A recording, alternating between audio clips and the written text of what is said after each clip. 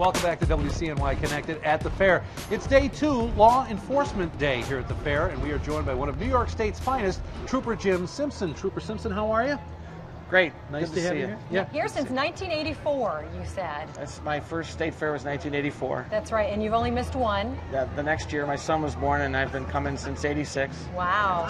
I'm It's a lot of fun. I'm shocked when you told me that this is a detail that troopers volunteer for to work the fair, The right? majority of the troopers assigned here volunteer. Wow. You know, some are drafted, you know, for other parts of the state, but Sure. The majority of the troopers here want to be here. We thought that it was just the ones that get out of the academy. Maybe just the ones that are assigned to State Fair Boulevard are the ones that just get out of the academy. They're probably they short might, straws. That could be true. It's a tough job out there on the State Fair Boulevard. It can be warm out there, and sometimes people don't always listen the way we'd like them to listen. Right, but, right. It can be challenging. Now, the presence for the troopers at the fair, that's been here since, you said, 1917? It was our first detail when the state police was formed back in 1917.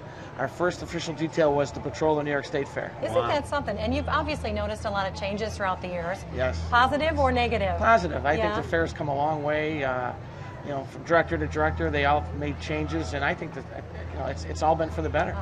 Well, let's talk about the lost kid tags. You're holding one of those. Yes, Right. it's our staple lost kid tag. We give away tens of thousands of these every year, to parents for their children, so that the children get separated, and they're too young to tell us who they are. We know who they are, and we've got a really good system here that they've developed through the years on returning, family members when they become separated. Adults too, they get separated.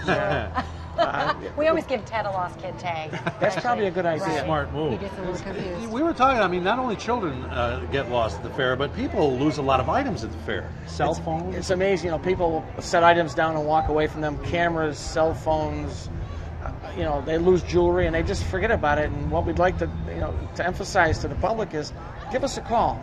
Call the fairgrounds and the state police headquarters and ask if we've got that item.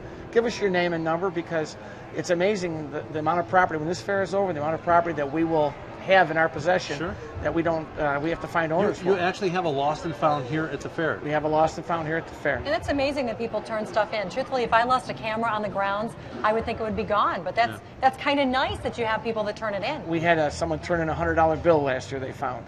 Oh, wow.